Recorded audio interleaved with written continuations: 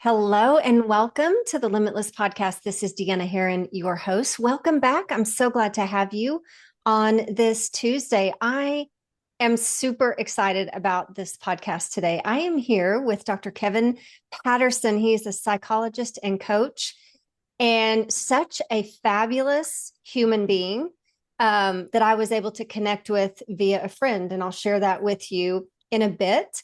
But he has such a fabulous story, and I want him to share a little bit about his journey on how he got to where he is today. Now, I want you to know, first of all, you have to follow him on Instagram because that's what really attracted me to you, Kevin. So I know we have a mutual connection. We were in a mastermind together for a short term, but I started following you from that mastermind. And what I love most about you is how you show up just so authentically you. And that is such a powerful energy to watch with someone. So thank you for joining me today. I'm excited for this interview. I'm excited for you to share with everyone. You guys, he has an amazing story about burnout. And so, Kevin, I'm going to turn it over to you and just have you say hi to everyone and share some great things about where you are and what you do. Absolutely. First of all, it's my pleasure to be here, and I was so honored and excited that you invited me to your podcast. So I'm so happy to be here. Burnout. Wow, what can I say? I feel like most of my career has been um, almost decoding and understanding burnout because I think the thing that I've come to learn is people either are currently burned out or they will become burnout. Um, I've rarely met anyone who has escaped some form of burnout or some symptoms of burnout. So it's something that's very universal that many people can connect with in one way or the other. And so I always think of burnout too as on a continuum too. Like there's light burnout, and then there's like I need a whole life reset, like it hit the do-over button types of burnout. And what's funny is as a psychologist, I actually hit that point. And so you had mentioned in the intro here that you were connected and attracted to the authenticity in which I show up on my Instagram account. And I have to tell you that that was part of my burnout recovery. That was part of my homework from my own psychologist was to stop showing up as somebody who has everything put together perfectly because as a psychologist and as a coach to many people for several years, I always thought that people came to me because it looked like I had everything figured out and that my authority was in how put together I was. And what's funny is I realized it was actually creating undue stress on me, and it was making me unrelatable to a lot of the people I was working with because there was a disconnect between I have people being very vulnerable and transparent, telling me all the ways in which they wish their life was more, better, and different. And yet I'm sitting here behind this facade that my life's great. I've totally put together. I'm a psychologist with no problems, and that's why you chose me.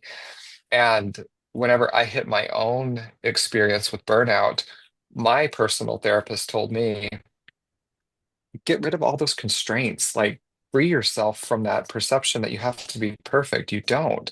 And in fact, see how you connect better with your patients, with your clients, whenever you show up more authentically. And so she said, try something. She said, post something on your Instagram account that was more transparent and lets people into the fact that your life has its own challenges too, and just see how they respond.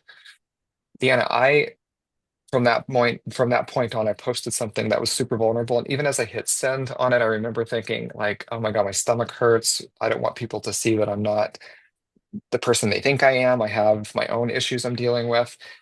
That was such a game changer for my career, for my mental health. From that point on, the interactions I got with people were so astoundingly different, saying, it is so nice to work with a therapist and a psychologist who doesn't have it all together. I can relate to you 100%. And what I found is when I actually worked through my own burnout publicly, it not only showed other people and gave other people permission to work on their burnout publicly, but I was actually building my authority saying, I'm a psychologist with the tools, and I also experience burnout, and I can show you publicly how to overcome burnout and work through it. And since then, that authenticity has been my guiding North Star in how I interact and relate to my clients. So that was my big aha moment is a lot of my burnout was trying to upkeep an image of myself that was not sustainable. Right. I love that. I mean, I think so many people can relate to that because when we're showing up and we see other people on Instagram, it is that highlight reel, right? Hmm. For sure. And being able to let down the guard and the masks and the different characters that we play in our life, that's a whole other animal. So that's a whole other podcast in itself. Right. But yeah, so what did you tell me what happened through the burnout? Like what did you experience in burnout? What does that look like for you? Ooh. Um, Burnout mode for me started. So I feel very fortunate that there are people in life I know that they just describe anxiety as something that's always been a part of their life. And I somehow missed that. I'm grateful for it, that anxiety is not part of who I am. It's not part of my natural makeup. But burnout for me started by having uncharacteristic anxiety. And so for me, it looked like waking up at 4 o'clock in the morning and my alarm wasn't set to go off for another 2 hours, and I couldn't go back to sleep because I was so overwhelmed by the day that hasn't even started yet. And it was the overwhelm of like, am I prepared enough? Am I smart enough? Am I worthy enough? Am I whatever enough? Fill in the blank. That it became this idea of like, and then I have to go to the gym, and then I have to take my kids to school, and then I have to go here, and then I have to go there. And I would lay in bed and just like rework my schedule, move things around, make to-do lists. And what's interesting is because our society is so hustle culture, and if you're not productive all of the time, then you are perceived as being lazy. I justified it and said, I'm just being hyper productive. Like, I'm the most productive person there probably is. And so I'm up at 4 a.m. getting a grip on my to-do list. And I didn't realize that my sleep was suffering greatly. My mental peace was suffering greatly. I wasn't factoring myself into any list I was making, or I wasn't putting downtime on my schedule. I was just filling my days of just spreading myself super, super thin.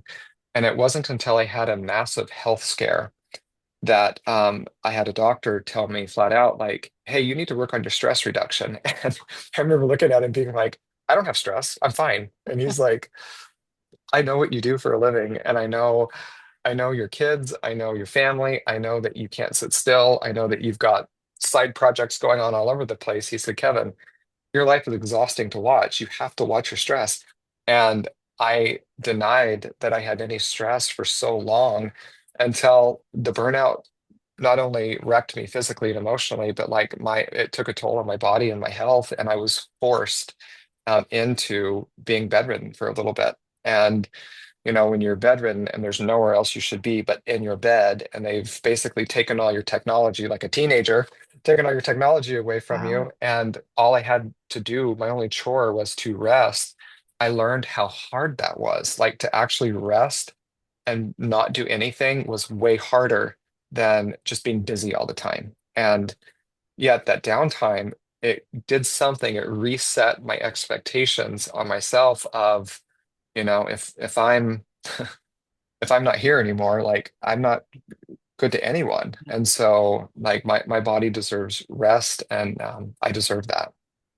I think it's really interesting though, because when you go to the doctor and they say you need to reduce your stress, when you're in that situation, because I How? I I am you. I mean, you're just Yeah. describing, lots of things that I've been through in my past.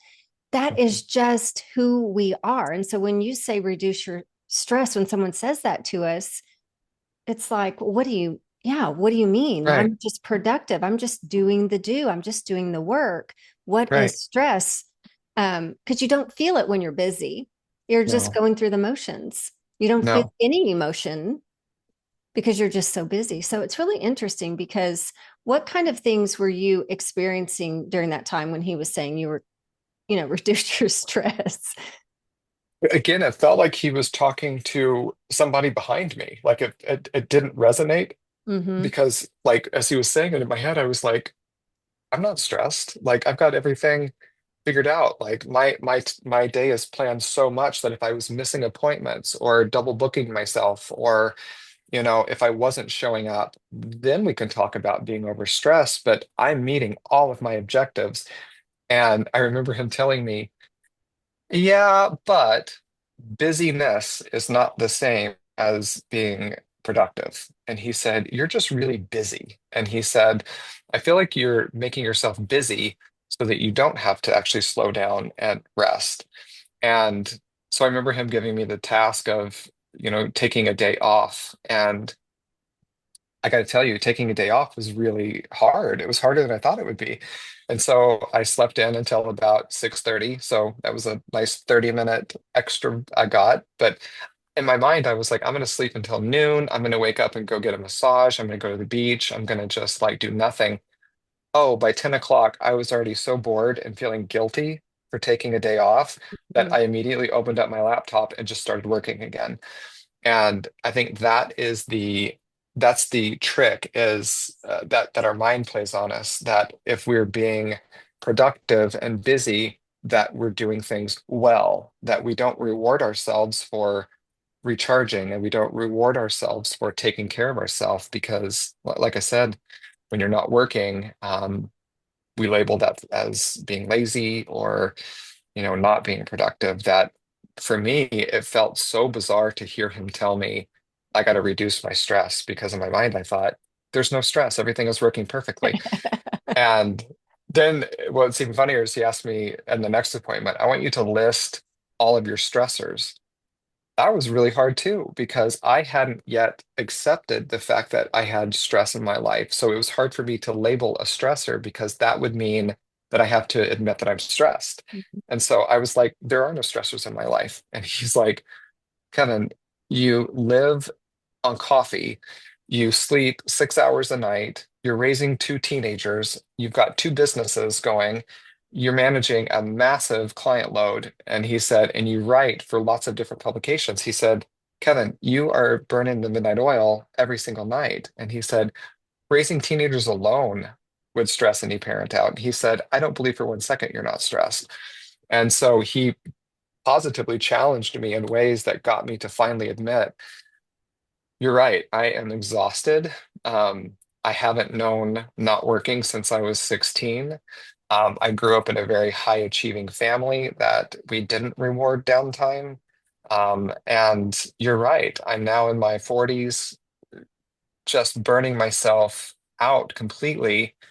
And I'm having a hard time because I get on phone calls with people and tell people, I think you need to work on your stress. I think you need to work on burnout. What stressors are you having in your life? Meanwhile, I'm like, hold up a mirror, buddy. Like you are the walking example of burnout. Yeah, your story, you said you grew up in a family of achievers, and so that's all that you Mhm. knew. Mine is very different in that we didn't have anything. And so I became the overachiever because I didn't want that life. So I was Mm. trying to do something different. And I remember a time our kids were very young, and I was actually practicing medicine as a physician's assistant and building a business Mhm. on the side, two small kids. And it was really crazy. Um, I was productive. And we went on a vacation with one of our friends and their family, and they would go out in the morning at 8 a.m. and put their umbrella on the beach. And by 10 a.m., we're on the beach, and they don't leave until 5 p.m. on the beach all day. And I looked at Mhm. my husband after day one and I said, I don't think I can do this for 5 days. Like, Yeah. what do you do sitting on the beach? I was so uncomfortable with having Mhm. stillness. And I Mhm. think that's you said the same thing. I think that's a sign. If we can't be still for a little bit, we may have a little hustle overachieving happening and Oh, prime for burnout. So what are some of the things that you tell your clients about you burnout? know, the things I tell clients about burnout are a few things. I have to remind, and this is myself too, so I'm part of this too, but I have to remind people I work with about their biology first, and I think you'll understand this having a medical background is sometimes whenever my clients come to me and they're super out of sorts or they're just in an emotionally volatile place, before we start digging into what's currently happening in their head, we first have to address biology. And so I typically start a lot of my client sessions out with, I want you to check in with your anxiety and depression. Rate those for me 1 to 10 today and tell me, how's your anxiety today? How's your depression today? And then we go into energy level. How's your energy today? Is your energy high or is it low? And then we go into like key pieces of it. How would you rate your sleep? How would you rate your nutrition? How would you rate your, downtime? How would you rate all these things? And before we even get into, okay, so what's on your mind today? I just want people to check in with the awareness of, are you taking care of yourself? So good. Because, I don't know about you, but um, I remember, so my spouse travels for work a lot, and my kids were both in a really rough spot. This was about 6 months ago, and they were just testing and pushing all of the boundaries. And it was one of those things where, as a parent, you question, like, why did I do this? Like, why did I agree to be a parent? Like, this is so hard and such a thankless job. And even as a teenager, it's like, oh, the end is even in sight, and this still feels so thankless. And so I was laying in bed by myself, super overwhelmed. And I realized that I hadn't been sleeping well because when my spouse isn't there, just my routines are off. And so I wasn't sleeping well. I'm not the cook in the family. And so I will never proclaim to be the cook. And so when my spouse goes out of town, we're going to do a lot of eating out. And so we had been eating some like junk food that we typically don't eat.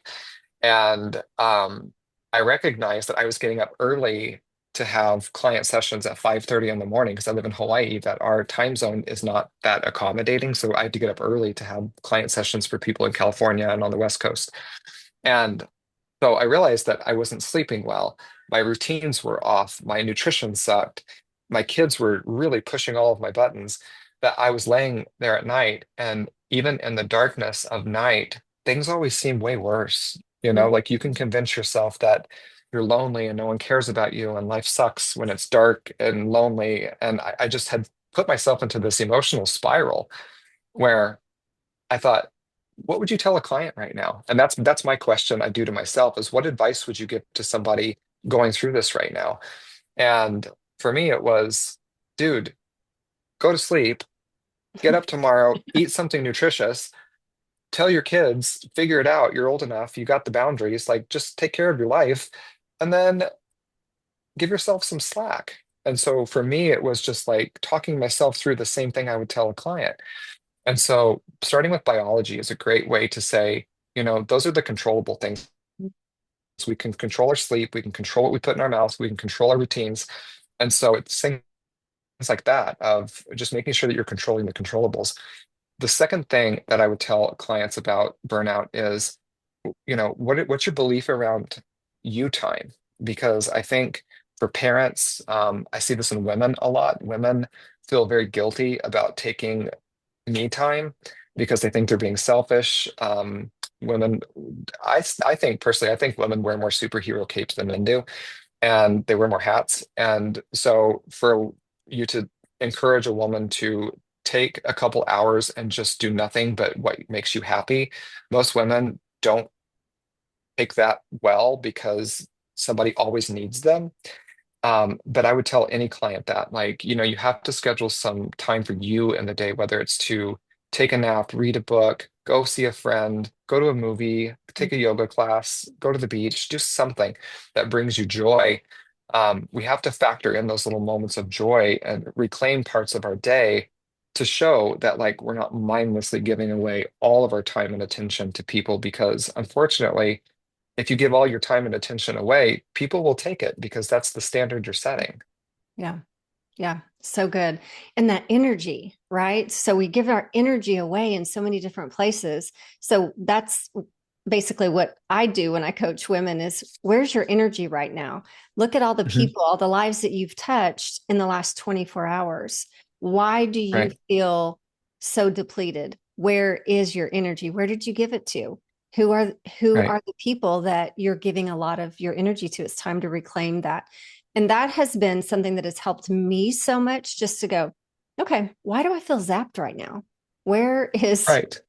yeah. And we have to Right. recognize your energy vampires. What are the right? What are the vampires that you're Oh, you're giving your energy to? And then what are your energy givers? And if you don't know those, it's really important piece of the equation for me. That just made so much sense.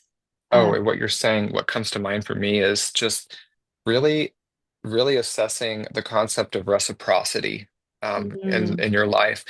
And reciprocity doesn't mean, 50-50, or it doesn't mean keeping a scorecard tit for tat, but I mean, it means, like the relationship is two-way giving. And whenever you need support and someone to step in and bolster you up, that those people are there the same way that whenever they need the support, you're there. Um, it's just the symbiotic giving and taking of what it means to be in a relationship that is life-giving for both people. And I always ask people too, the same, where are you giving your energy to, of, if you had to label the relationships in your life as life-giving or draining, how would you assess all of the relationships in your life? I think another thing that I see from people, and um, again, I feel like what this is what gravitates me to working with women, because I think women experience burnout a little differently than men. I grew up with my mom and my sister. We were just this little trifecta growing up, that like I think that's been my call to work with women, is just working and helping and wanting the best for my mom and my sister, and watching the struggles that they had as women really spoke to me as a kid growing up. But it's the ability to let your yes be yes and your no be no. Um, you know what I mean? Like I feel You're like, speaking. Yes. because Yes. and I know I do it too. Like I'll sometimes say yes, and inside I've got that higher self voice that's like, you idiot, why did you just say yes to that? You wanted to say You're going no to have so to bad. cancel it. You're going to cancel Yes. it later. You're going to reschedule it. What? And then Yes. you're going to let people down, and then they're going to be mad at Yes. you, and then you get to be right about the fact that you should have, like, no one lets you ever say no. But then what's funny is the other side of it's true too, is I see people say no to things because they either don't think they deserve it, or they don't think that they can truly have it. And it's bizarre, but like I love working with people to say no because that's easier. But sometimes working with people to say yes, like, does your body want to say yes to that? Does your spirit want to say yes to that? But you're limiting yourself. And so a lot of the resentment that creates the burnout is when people feel like they're not in control of what they want in their life, that perception of control. And so a lot of times, if they're saying no to things or saying yes to things that they truly want to say the opposite for, then over time you create a life of doing things that you feel like other people have made you do. And sometimes you have to remind the client, like, nobody made you say yes or no. Like, you said yes or no, but for you, it's bringing you back into your body, back into that consciousness of, are you letting your yeses truly be yes, or your nos truly be no, or are you wanting to be liked? Yes. So true. I lived that life. It still sneaks in for I get sure, it. but it's uh, the things I think I should do or be Mhm. instead Mhm. of what I know my body is telling me, just Mhm. well, I should go. I should do this. I should give my time to, I should. And it's, it's an energy drainer. And so we started this conversation out with authenticity, your Right, alignment of who you are on Instagram. right. And when you're not, it causes that anxiety. And this is the Oh, same thing that we're talking about, living that life of not listening to your body. This is a yes, this is a no, and doing it for oh, everyone it's so else. true. I found myself about a year ago. I'd wake up in the morning, and one of the first things I would do is look at my calendar for the day. And there were days that I would look at my calendar and it would just completely overwhelm me. And I remember being like, telling my spouse, like, oh my God, I'm so busy today. I have no time for anything. And I can't believe I'm this busy. And finally, they looked at me and said, you scheduled it. And Yeah. you know, in that moment Yeah. where you get that accountability that you Yeah. don't want, and I'm like, you're right. Like I have no one to blame but myself.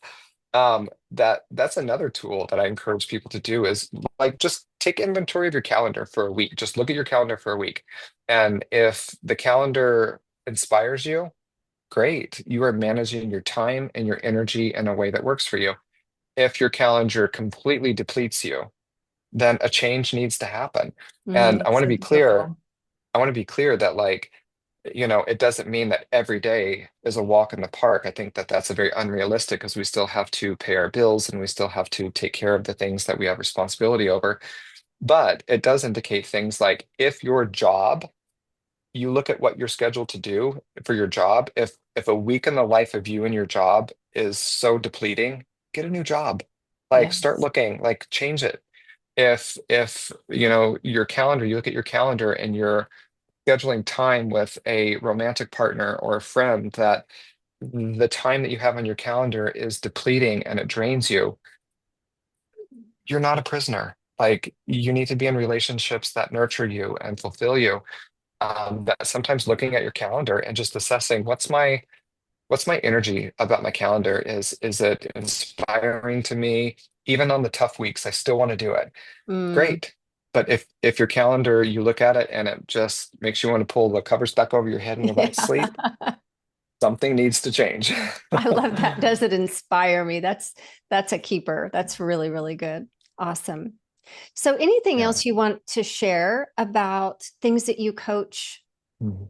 women about? I love the hustle, and I think so many of us are still in that hustle. I think there's a lot of feminine leadership rising, Mhm. but I think there's still so many of us that are living in that hustle culture. Yeah. You know, with women, one thing that I'm super passionate about is there are so many life transitions that we go Mm, through as humans, some specific to women that again, I don't ever claim to be, you know, somebody who understands firsthand what some of these feel like. But I'm a very empathic listener and I know how to help people through transitions that I sometimes feel and sense that women don't always have an active ear to help them through some of these transitions because the rest of the world doesn't understand it. And so specifically things like, you know, two of my clients in the last year, we talked through miscarriages. mm, And, you know, I know that's a heavy one to start with, but, you know, a life transition is getting engaged, getting married, you know, graduating university, it's buying your first home, getting your first big job, it's welcoming the birth of a child. Um, and in this case, it was also grieving the loss of a child. yes. We also have transitions that are like things like divorce. We have, you know, things because even through divorce, you know, you have voluntary and involuntary divorce. You know, either I'm choosing to end my marriage or something happened and the choice was made for me that my marriage is ending. And there's still a loss in it. There's still a gain and a loss in all of these transitions, you know, and then through things like, you know, kids leaving the home. It's very different for men versus women whenever kids leave home. And Mhm. Yes, it and and is. and marriage therapy, like I've worked with, you know, couples for several years, and you've got yeah, this is very generally and stereotypically speaking, but you've got dad that's like, oh, we got our time back, and I'm going to start fishing again. I'm going to start golfing again, and mom's like, my purpose was to be a mother, and now my Yes. role has changed, and now I have all this time and an empty house. I'm glad you found golf again, but like, who am I? Because I've always been mom. And Yes. it's not that you're not mom anymore, but your role changes. And so that's a life transition. Then you've got menopause. You've got, Yes. it's just, it's never ending for women. And so life transitions are something that most women, whenever we have our intake session, they're describing feeling out of control in an area of their life. And almost 90% of the time, I can bring it back to you are burnt out because no one understands this life transition that you're going through. Mm, so powerful. It is. It's so powerful. There are so many Mhm. transitions, and we went through that transition where I had to figure out who I was as a mom with adult children that no longer lived in the home. What kind of Hmm. relationship now do I have with my children? I just went to my 40-year class reunion last weekend. And a lot of the moms were saying the same thing. Like, Yeah, I don't know what to do or be without my kids at home. So that's a powerful one. Very it powerful. was, and it was fascinating. Last month, one of my clients, she was just in tears, and I finally just told her, I said, what's really on your heart today? I said, you're in a different space than you typically are. And I said, you're really good about being honest and open with me, but it feels like there's something that you're holding on to.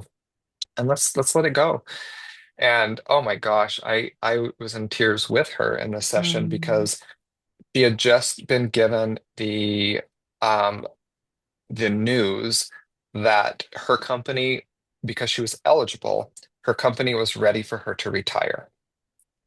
And the way that they worded it to her was basically, you don't have a say in this. We are retiring you. Wow. And so she was given that news, three grown kids out of the house. And then in that same week, she had to put her dog down. And Mm. so it was just that mix of things where she said, in this week, she said, I'm basically financially being taken care of just fine. But she said, emotionally, I'm feeling like I'm old and have no value anymore. Um, and I don't have anyone to really talk to because my kids are all busy living their own life and I'm coming home. And she said, the only thing I have that I can nurture is my dog. And this dog has seen me through my kids leaving home. And this was my kid's dog growing up, and there's so many memories attached to this dog, but I had to put the dog down because the dog was suffering. And she said, I'm just in this space right now where she's like, I have nothing to nurture because I can't nurture my job anymore. I can't nurture my children, and I can't nurture my dog or my job. And she said, I just feel like I was put on this earth to nurture, and there's no one to nurture in this moment. And Mm. I'm like, you're experiencing grief and loss. And, with this, we had to turn it around to say, to me, it sounds like you're the one who needs nurturing, Yes. so Mm. let's create a self-nurturing plan, Mm. because I think if you've got a lot of discretionary energy to nurture something, let's nurture you. And through transitions, I think the biggest thing people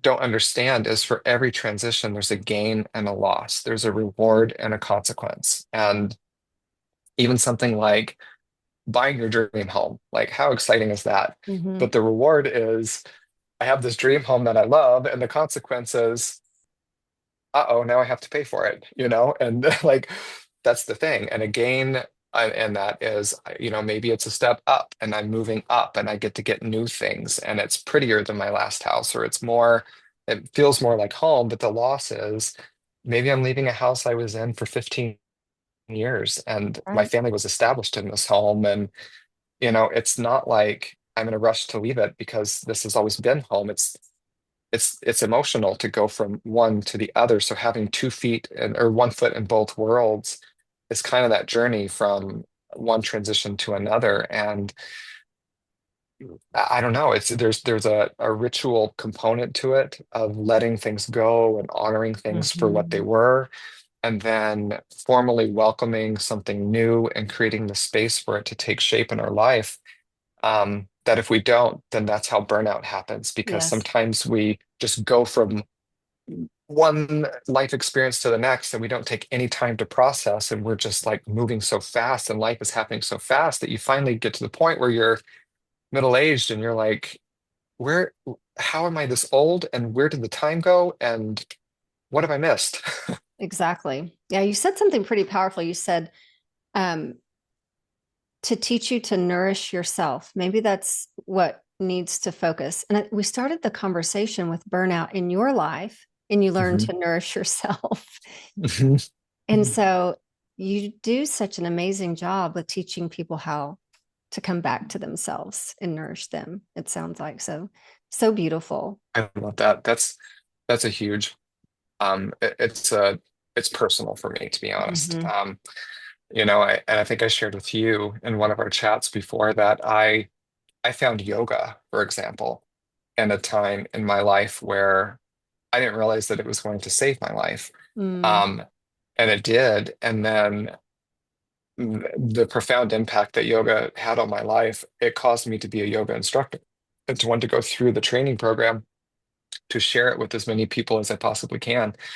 And so for me, yoga is one of those strange tools in my life that I can do it anywhere. I don't need a studio. I don't need always a mat. I can do yoga anywhere. It's a free tool I have that come rain or shine, I will do yoga because that for me is that moment that I can take for myself and nurture myself because yeah, the postures are pretty and Lululemon is stylish, Yeah. but it's it's done more for my mind, body, and spirit, Yes. my soul, by teaching myself, mental stamina, and teaching myself to honestly smile and move through the pain. Hmm. Yes. That was profound right there. Learning to Yeah. smile through the pain. Yeah, Mhm. profound. You're such a precious soul. I'm so honored to have this conversation with you. I've just enjoyed it so much. How can people get in touch with you? What's your Instagram handle? So my Instagram handle started out, oh my goodness, as a personal Instagram. That is actually um, my personal handle, Kevin P. So Kevin and then P is in Patterson, 0816. And that was what I had for years that I accidentally built my psychology and coaching practice out of my personal Instagram. And so it just has Just become stuck. too, Yeah. it's yeah, just stuck. It's become too familiar to change. So Kevin P.O. 0816 is my Instagram handle, and on there are links to schedule time with me. If anything, what I love most is when I make new friends on Instagram and then a day or so later, I get that message where they're like, I have literally just spent hours on your site reading everything, and I could read every single caption 10 times and get something new from it. And I think that for me is the win-win is, my posts and my captions have been a cathartic process for me into my own authenticity. But the fact that people enjoy reading it has been such a win, and the product of like giving people permission to also embrace their authenticity too. Love it. I love it. Well, Yeah. thank you for being a part of this podcast interview. It's like I said, I just feel like I'm talking to my best friend, actually, not even having an interview. So thank you, Kevin. My You're, pleasure. And I hope this is one of many. yes, for sure. All Okay. right. Thank you, everyone, for joining us. I will see you next Tuesday. God bless.